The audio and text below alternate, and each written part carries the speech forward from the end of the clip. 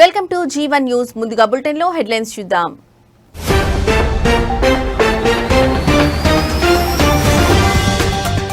బీహార్ ఎన్నికల షెడ్యూల్ రాకముందే హీట్ ఎక్కుతున్న రాజకీయాలు. కాంగ్రెస్ బీజేపీ పార్టీల మధ్య మాటల యుద్ధం.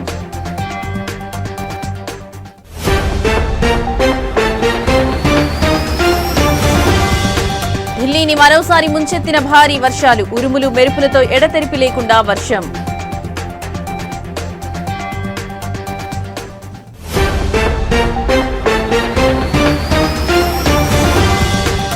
రుషికొండపై నిర్మించిన ప్యాలెస్ ను పరిశీలించిన పవన్. తీవ్ర ఆశ్చర్యం వ్యక్తం చేసిన డిప్యూటీ సీఎం.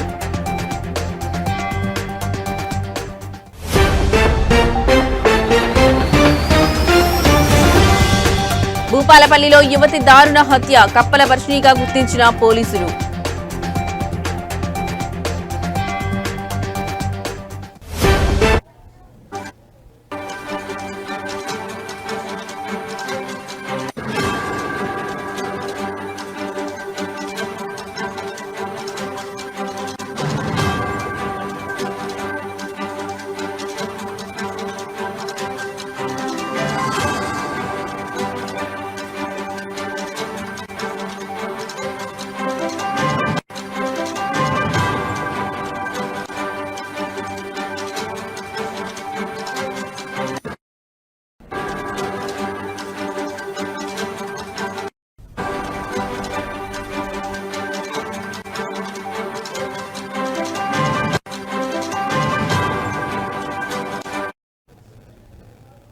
రైట్, ఇక బ్రేకింగ్ న్యూస్ చూస్తున్నాం. బీహార్ లో ఎన్నికల షెడ్యూల్ రాకముందే రాజకీయాలు హీటెక్కుతున్నాయి. కాంగ్రెస్ బీజేపీ మధ్య మాటల యుద్ధం సాగుతోంది. ఇక ఎన్నికల సంఘానికి వ్యతిరేకంగా కాంగ్రెస్ అగ్రనేత, లోక్సభ ప్రతిపక్ష నేత రాహుల్ గాంధీ బీహార్ ఓటర్ అధికార యాత్ర చేపట్టారు. ఆగస్టు 17న ప్రారంభమైన ఈ యాత్ర సెప్టెంబర్ 1న ముగియనుంది. ఈ యాత్రలో భాగంగా దుర్భంగా పట్టణంలో నిర్వహించిన సభలో కొందరు కాంగ్రెస్ కార్యకర్తలు మోడీ ఆయన తల్లిని దూషిస్తూ వ్యాఖ్యలు చేశారంటూ బీజేపీ ఆరోపించింది. ఇందుకు సంబంధించిన వీడియోలు వైరల్ చేస్తున్నారు. ప్రస్తుతం ఈ వ్యాఖ్యలు తీవ్ర దుమారం రేపుతున్నాయి. ఇప్పటికే ఈ వ్యాఖ్యలను బీజేపీ మిత్రపక్షాలు ఖండించాయి. నితీష్ కుమార్, అమిత్ షా, ఢిల్లీ సీఎం రేఖా గుప్తా తీవ్రంగా ఖండించారు.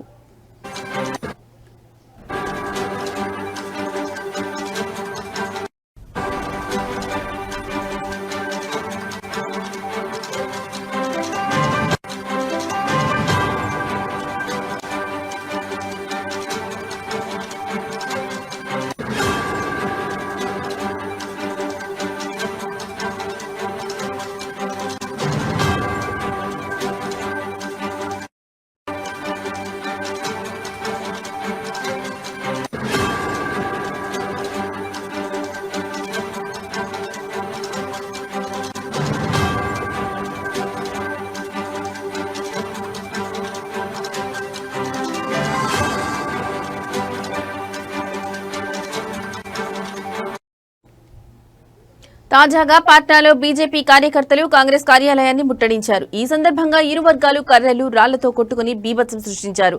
తలలు పగిలేలా రెండు పార్టీల కార్యకర్తలు కొట్టుకున్నారు. దీంతో పరిస్థితి ఉద్రిక్తంగా మారింది. పోలీసులు జోక్యం చేసుకుని ఇరు వర్గాలను చెదరగొట్టారు. కాంగ్రెస్ కార్యాలయంపై బీజేపీ కార్యకర్తలు రాళ్లు విసిరి దాడి చేశారు.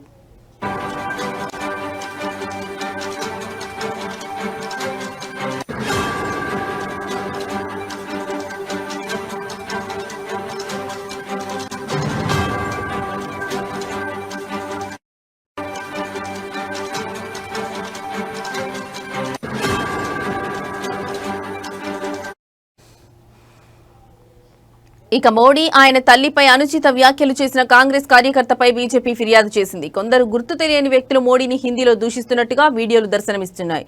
ఇక నిందితుడు సింగ్వారాలోని బాపురా గ్రామానికి చెందిన వ్యక్తిగా గుర్తించి అరెస్ట్ చేశారు. ఇదిలా ఉంటే బీజేపీ ఆరోపణలపై కాంగ్రెస్ ఇప్పటివరకు స్పందించలేదు.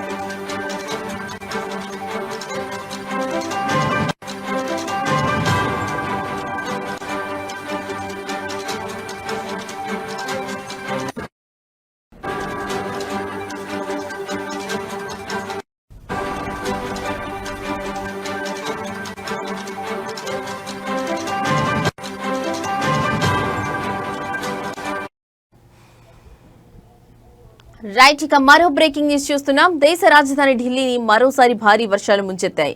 శుక్రవారం ఉదయం నుంచి ఉరుములు మెరుపులతో ఎడతెరిపి లేకుండా వర్షం కురుస్తోంది. రహదారులన్నీ చెరువులను తలపిస్తున్నాయి. దీంతో వాహనదారులు తీవ్ర ఇబ్బందులు ఎదుర్కొన్నారు. ఇక భారీ వర్షాల కారణంగా ఉద్యోగస్తులంతా మెట్రో రైలుపైనే ఆధారపడ్డారు. అయితే భారీ వర్షాల కారణంగా పలు స్టేషన్లలో మెట్రో రైల్వే సర్వీసులకు అంతరాయం ఏర్పడింది. దీంతో ప్రయాణికులకు స్టేషన్లు కిటకిటలాడుతున్నాయి. అంతేకాకుండా 170 విమాన సర్వీసులకు కూడా తీవ్ర అంతరాయం ఏర్పడింది. విమాన ప్రయాణికులంతా తీవ్ర ఇక్కట్లు ఎదుర్కొంటున్నారు.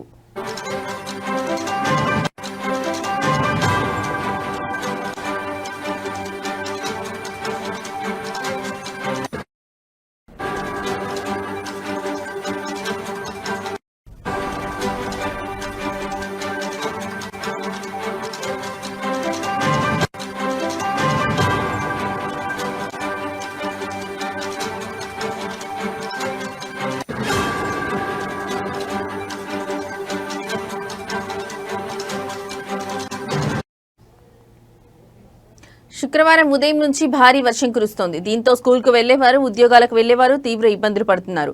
కీలక మార్గాల్లో భారీ ట్రాఫిక్ జామ్ ఏర్పడింది. ఢిల్లీ ట్రాఫిక్ పోలీసులు తెలిపిన వివరాల ప్రకారం డిఎన్డి ఫ్లైవే, మధుర రోడ్, వికాస్ మార్గ్, ఐఎస్బీటీ, గీతా కాలనీ, రాజారాం కోహ్లీ మార్గ్ లో అంతరాయం కలిగింది. బాదార్పూర్ నుంచి ఆశ్రమం వరకు వాహనాలు పెద్ద ఎత్తున క్యూలో ఉండడంతో కార్యాలయాలకు వెళ్లే ఉద్యోగులు, పాఠశాల బస్సులు నెమ్మదిగా కదిలాయి. కొన్ని ప్రాంతాల్లో వర్షం కారణంగా నీరు నిలిచిపోవడంతో ఈ అంతరాయం ఏర్పడిందని అధికారులు తెలిపారు.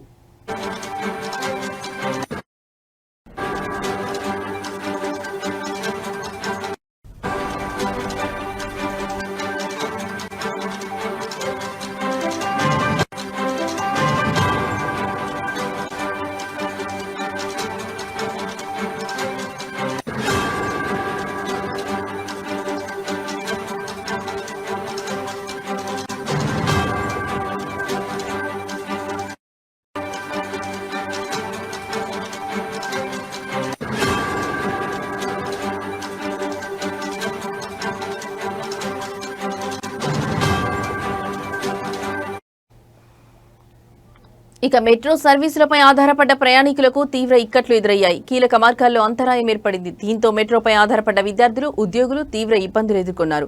ప్రయాణికులతో స్టేషన్లు కిటకిటలాడాయి. విశ్వవిద్యాలయ సెంట్రల్ సెక్రటరియేట్ స్టేషన్ల మధ్య రైలు సర్వీసుల్లో ఆలస్యం జరిగిందని మెట్రో పేర్కొంది. అంతేకాకుండా విమాన ప్రయాణికులు కూడా తీవ్ర ఇబ్బందులు పడ్డారు. భారీ వర్షాల కారణంగా విమాన సర్వీసులు ఆలస్యమవుతున్నట్లు ఆయా సంస్థలు తెలిపాయి.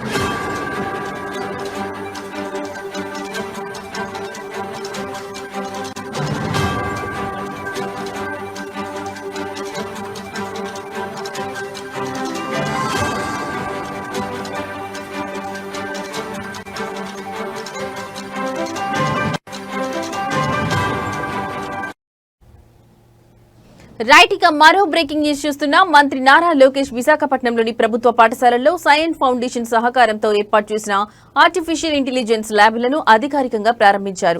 ఈ కార్యక్రమం ముఖ్య ఉద్దేశం పేద విద్యార్థులకు ఆధునిక సాంకేతిక విద్యను అందించడమే లక్ష్యంగా పనిచేస్తున్నారు.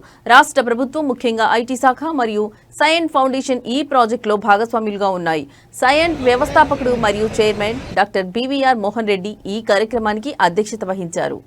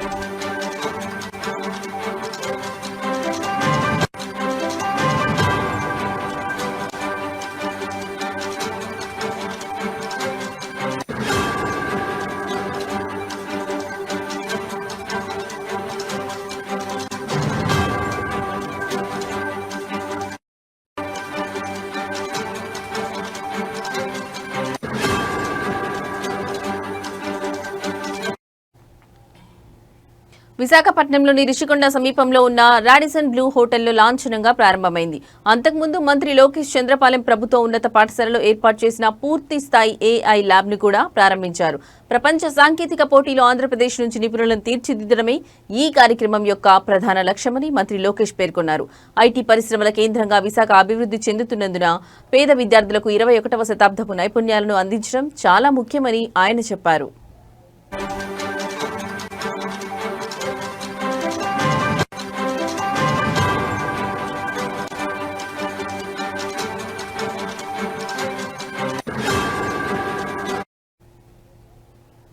ప్రస్తుతం ఈ ప్రాజెక్టు విశాఖపట్నంలోని 50 పాఠశాలల్లో ప్రారంభమైంది. దీని ద్వారా 25,000 మంది విద్యార్థులు లబ్ధి పొందుతున్నారు. భవిష్యత్తులో ఈ కార్యక్రమాన్ని రాష్ట్ర వ్యాప్తంగా అన్ని ప్రభుత్వ పాఠశాలలకు విస్తరించాలని ప్రభుత్వం యోచిస్తోంది. ఈ ల్యాబ్ల ద్వారా 7వ తరగతి నుండి 10వ తరగతి వరకు ఉన్న విద్యార్థులకు ఏఐ, స్ట్రీమ్ మరియు రోబోటిక్స్ వంటి రంగాల్లో డిజిటల్ శిక్షణ ఇస్తారు. ఈ కార్యక్రమం 5 ఏళ్ల పాటు కొనసాగుతుంది.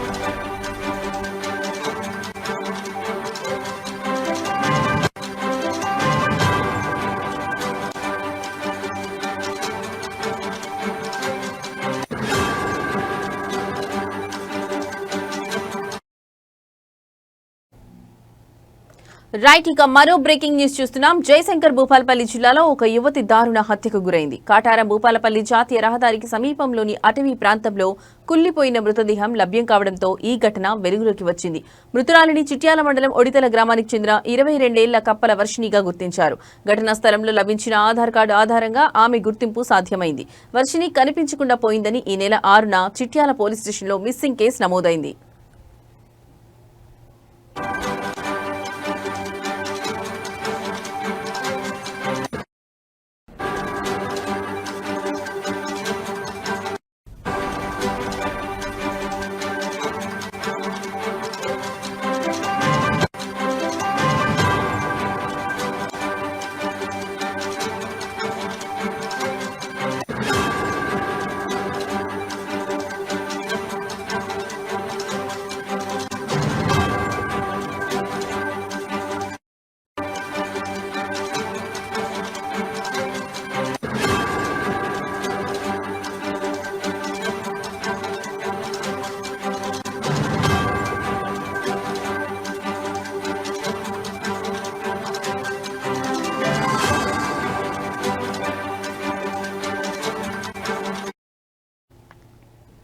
మృతదేహం లభించిన ప్రాంతంలో పసుపు, కుంకుమ, నిమ్మకాయలు వంటి పూజా సామాగ్రి ఆనవాళ్లు కనిపించాయి.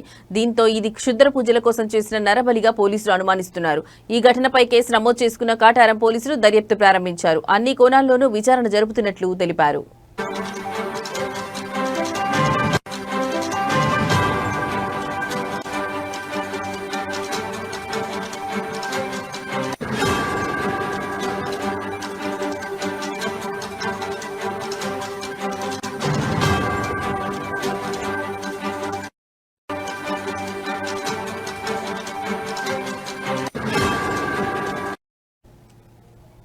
జయశంకర్ భూపాలపల్లి జిల్లాలో ఒక యువతి దారుణ హత్యకు గురైంది. కాటారం భూపాలపల్లి జాతీయ రహదారికి సమీపంలోని అటవీ ప్రాంతంలో కుళ్లిపోయిన మృతదేహం లభ్యం కావడంతో ఈ ఘటన వెలుగులోకి వచ్చింది. మృతురాలిని చిట్యాల మండలం ఒడితల గ్రామానికి చెందిన 22 కప్పల వర్షినిగా గుర్తించారు.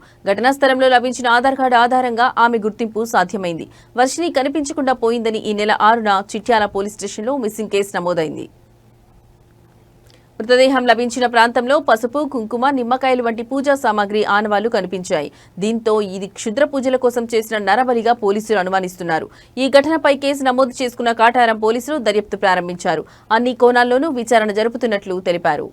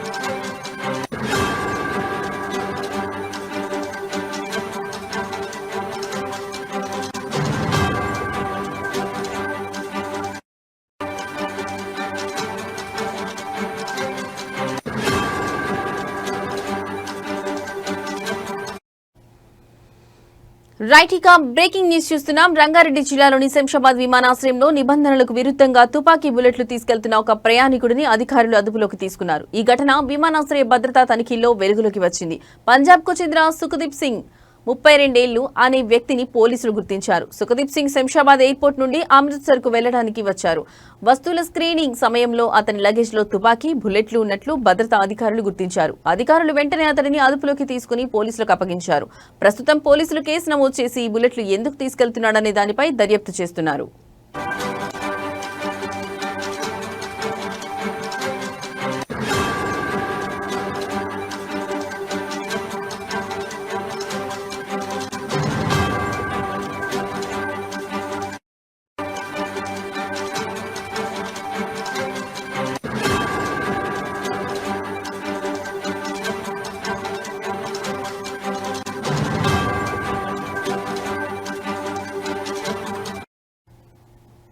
రంగారెడ్డి జిల్లాలోని శంషాబాద్ విమానాశ్రయంలో నిబంధనలకు విరుద్ధంగా తుపాకీ బుల్లెట్లు తీసుకెళ్తున్న ఒక ప్రయాణికుడిని అధికారులు అదుపులోకి తీసుకున్నారు. ఈ ఘటన విమానాశ్రయ భద్రతా తనిఖీల్లో వెలుగులోకి వచ్చింది.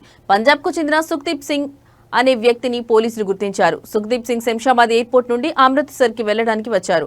వస్తువుల స్క్రీనింగ్ సమయంలో అతని లగేజ్ లో తుపాకీ, బుల్లెట్లు ఉన్నట్లు భద్రతా అధికారులు గుర్తించారు. అధికారులు వెంటనే అతడిని అదుపులోకి తీసుకుని పోలీసులకు అప్పగించారు. ప్రస్తుతం పోలీసులు కేసు నమోదు చేసి ఈ బుల్లెట్లు ఎందుకు తీసుకెళ్తున్నాడనే దానిపై దర్యాప్తు చేస్తున్నారు.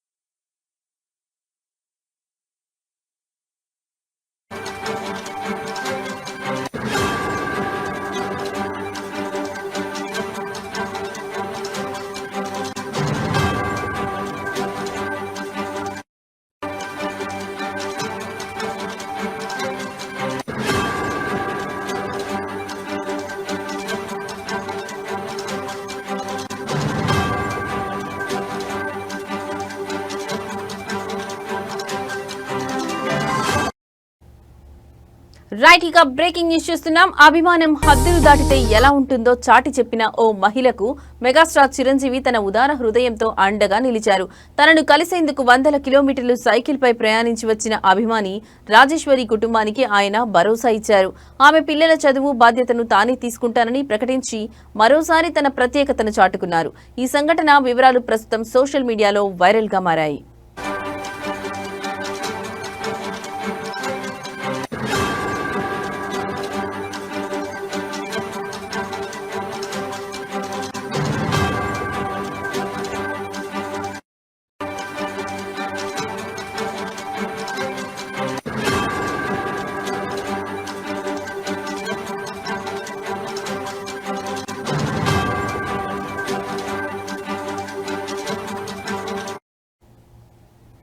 కర్నూలు జిల్లాకు చెందిన రాజేశ్వరి మెగాస్టార్ చిరంజీవికి వీరాభిమాని. తన అభిమాన నటుడిని కలవాలనే బలమైన ఆకాంక్షతో ఆమె కర్నూలు నుంచి హైదరాబాద్ వరకు సైకిల్ యాత్ర చేపట్టారు.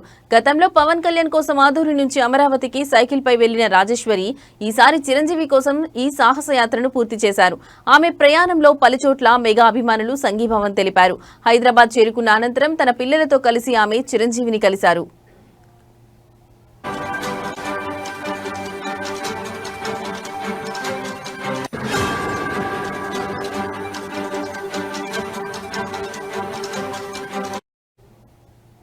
ఈ క్రమంలో రాజేశ్వరి భావోద్వేగానికి గురయ్యారు. చిరంజీవిని దేవుడిచ్చిన సోదరుడిగా భావిస్తూ ఆయనకు రాఖీ కట్టారు. ఆ క్షణంలో ఆనందంతో కన్నీరు పెట్టుకోగా చిరంజీవి ఆమెను ఆప్యాయంగా ఓదార్చారు.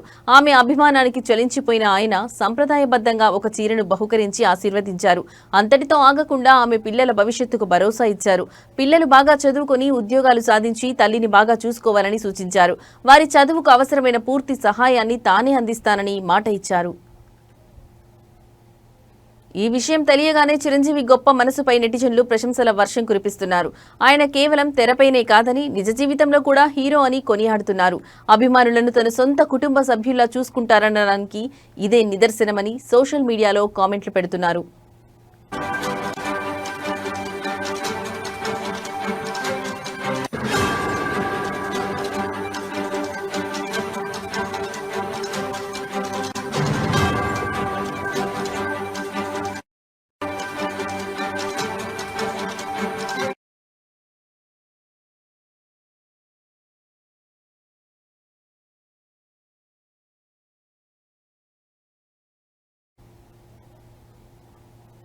జనసేన అధినేత ఉప ముఖ్యమంత్రి పవన్ కళ్యాణ్ గత ప్రభుత్వ హయాంలో ఋషికొండపై నిర్మించిన ప్యాలెస్ ను పరిశీలించి తీవ్ర ఆశ్చర్యం వ్యక్తం చేశారు.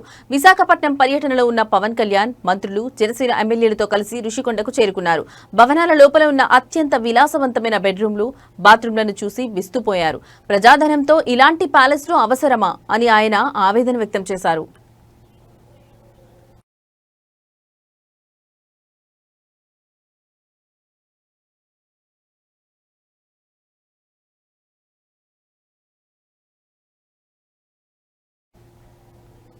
ఈ సందర్భంగా పర్యాటక శాఖ మంత్రి కందుల దుర్గేష్ ఋషికొండ ప్రస్తుత ఆర్థిక పరిస్థితిని పవన్ కళ్యాణ్ కు వివరించారు.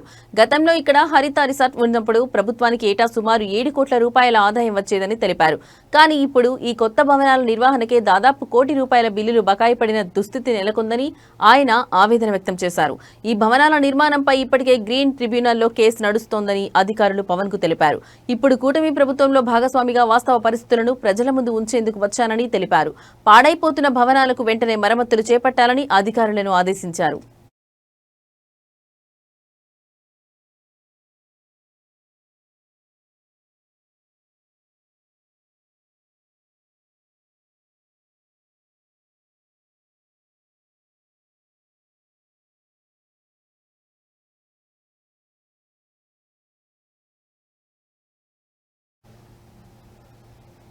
నటుడు మంచు మనోజ్ రంగారెడ్డి జిల్లాలోని బాలాపూర్ గణేష్ ను దర్శించుకున్నారు. ఇది బాలాపూర్ గణేష్ ఉత్సవాల సందర్భంగా జరిగింది. మంచు మనోజ్ బాలాపూర్ గణేష్ ఉత్సవ సమితి ఆహ్వానం మేరకు గణనాథుడిని దర్శించుకున్నారు. సమితి అధ్యక్షులు కల్లెం నిరంజన్ రెడ్డి ఆయనకు స్వాగతం పలికారు. మనోజ్ మాట్లాడుతూ బాలాపూర్ గణేష్ దర్శనం తనకు ఆధ్యాత్మిక అనుభూతిని ఇచ్చిందని, ఈ సంవత్సరం ఏర్పాటు చేసిన స్వర్ణగిరి ఆలయ నమూనా ఆకట్టుకుందని తెలిపారు. ఈ సందర్భంగా మనోజ్ తన తాజా చిత్రం మిరై గురించి మాట్లాడారు. ఈ సినిమా ట్రైలర్ కు మంచి స్పందన వస్తుందని, సెప్టెంబర్ 12న సినిమా విడుదల కానుందని చెప్పారు. గణనాథులు మరియు ప్రేక్షకుల ఆశీస్సులతో సినిమా విజయవంతం కావాలని ఆయన ఆకాంక్షించారు.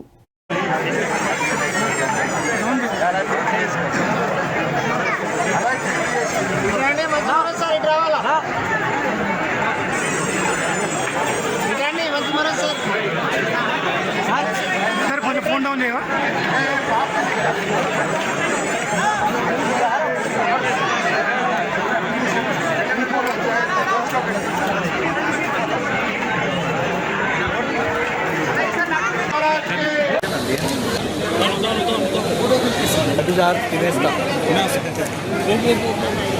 వెయిట్ అన్నా నాకు చూడండి.